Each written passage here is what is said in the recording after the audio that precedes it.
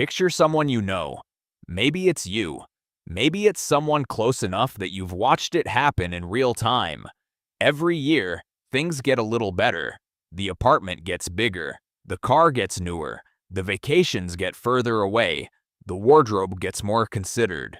The restaurants get harder to get into. Every single year, visible progress. Every single year, a life that looks more assembled, more complete, more like the version that was always supposed to arrive eventually. And every single year, the number that actually matters, the one that represents real accumulated wealth, real financial distance from dependence, barely moves. That's the upgrade trap. And almost nobody sees it coming, because it arrives wearing the exact face of success. Here's what actually happens when a raise lands. The money arrives. It feels like room, like breathing space, like finally some margin. And for a few weeks, maybe a few months, it actually is. Then something subtle begins. The apartment that felt fine starts to feel like it could be better. The car that was perfectly adequate starts to feel like it's not quite right for where things are headed. The everyday choices, where you eat, what you order, what you automatically say yes to, they all quietly recalibrate upward. None of this feels like a decision. That's the important part. It doesn't feel like you're choosing to absorb the raise into lifestyle. It just feels like life adjusting to where you are now. But that's exactly what's happening. And the math on it is brutal. If you earn $60,000, spend $55,000, then get a raise to $75,000, and your spending gradually climbs to $70,000. Your income grew by $15,000, but your wealth building capacity barely changed. The raise didn't disappear on one thing, it disappeared on all of them. A slightly better apartment, a slightly newer car, slightly more convenient, slightly more expensive versions of everything that was already working fine. FinancialAha! The gap compounds. Save 50% of a $10,000 raise, $5,000 a year into investments at a 7% return. And over a decade, that's roughly $69,000. Absorb the entire raise into lifestyle instead, and the net wealth increase is zero. FinancialAha, not reduced, not slowed, zero. That's not a bad year. That's a decade of earning more and arriving at the same place. According to Schwab's 2024 Modern Wealth Survey, 52% of Americans feel they're living their desired lifestyle more than their parents did at their age. Charles Schwab. That number sounds like progress. In some ways, it is. But here's the other number from the same survey. Only 36% of Americans have a written financial plan. Charles Schwab. So more than half feel like they're living better. But almost 2/3 have no actual system for where it's all going. That gap between feeling like you're doing well and actually building something durable is where most people spend their entire financial lives. Comfortable enough not to feel urgency, not structured enough to make real progress, moving forward on the surface, running in place underneath. This is what upgrading looks like from the inside. It feels like momentum. It is not momentum. Building looks completely different.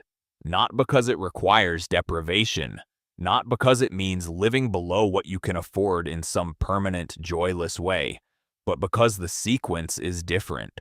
Fundamentally, mechanically different. Upgrading works like this. Income arrives, life expands to meet it. Whatever remains, if anything remains, gets directed somewhere useful. Building works like this.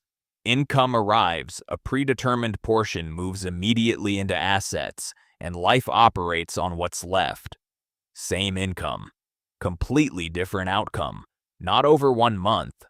Over a decade. The gap between those two approaches is the difference between financial options and financial pressure.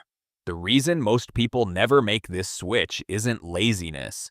It isn't ignorance. It's that upgrading delivers immediate, visible, socially legible feedback. A better apartment is something people see. A growing investment account is something almost nobody sees, including, in any tangible way, you. The reward for building is abstract and delayed. The reward for upgrading is concrete and immediate. That's not a character flaw. That's just how human psychology responds to incentives. But understanding the mechanism is how you stop being controlled by it. There's a specific moment this shift happens for people who actually make it. It's not a dramatic realization. It's usually quiet. It often arrives after a raise that should have felt like relief and didn't. Or after a calculation someone finally sat down to do honestly, looking at 5 years of income growth and 5 years of savings, and noticing that the two numbers don't match the way they should. Or after watching someone earn significantly less and somehow have significantly more room in their life. The realization isn't, "I've been spending too much." That framing puts you on defense. It makes you feel like the solution is restriction, and restriction is unsustainable. The actual realization is simpler. It's, "I've been optimizing for the wrong thing." Upgrading optimizes for the current version of life. Building optimizes for future versions of you, the ones with options, with flexibility, with the ability to absorb disruption without panic. Those two goals are not the same, and for most people, one has been quietly winning by default for years. Here's what building actually requires in practice. The first move is structural, not motivational. Motivation is unreliable. It's highest right after you've decided to change something, and it fades in direct proportion to how inconvenient the change turns out to be. Structure doesn't fade. The people who actually protect their wealth-building capacity through income growth do one specific thing. They tie lifestyle upgrades to net worth, not to income. They don't allow lifestyle to expand simply because earnings increased. They allow it to expand when accumulated assets justify it. FinancialAha, the raise doesn't automatically become a better apartment. It becomes a decision, a deliberate one, made against a backdrop of real numbers, not feelings. That one structural change removes the entire mechanism of lifestyle inflation, not through willpower, through design. The second thing is allocating before spending, not saving what's left. There's almost never anything left, at any income level, for people who haven't made this shift. Directing a specific amount to assets before the rest of the money has the chance to find a home and a lifestyle that will expand to accommodate it. These aren't complex. They're just different from the default. And the default is powerful because it's invisible and it's been running for years. Americans now believe it takes an average of $2.3 million to be considered wealthy. But the average savings for high net worth Americans has stayed flat at $1.6 million. And the anticipated retirement age has risen from 64 to 65 in just 1 year. Charles Schwab. The target is moving up. The savings aren't keeping pace. The gap is widening. And the reason, almost universally, is not income. It's absorption. It's a lifestyle that has consistently claimed everything available and left the future to figure itself out. The people on the other side of that pattern, the ones actually closing the gap, aren't necessarily earning more. They made a different decision about the sequence. Assets first. Lifestyle second. Every time. One last thing worth saying clearly. Stopping the upgrades doesn't mean stopping the progress. It means redirecting it. The apartment you have can still be good. The car can still be reliable. The life can still be genuinely comfortable.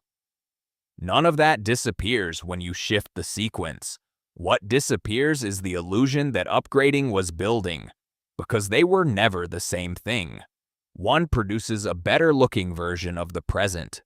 The other produces a fundamentally different future. And the day you stop confusing the two, the day you put the next raise somewhere it actually compounds instead of somewhere it just comforts, That's not a sacrifice. That's the first real move. Everything before it was just decoration.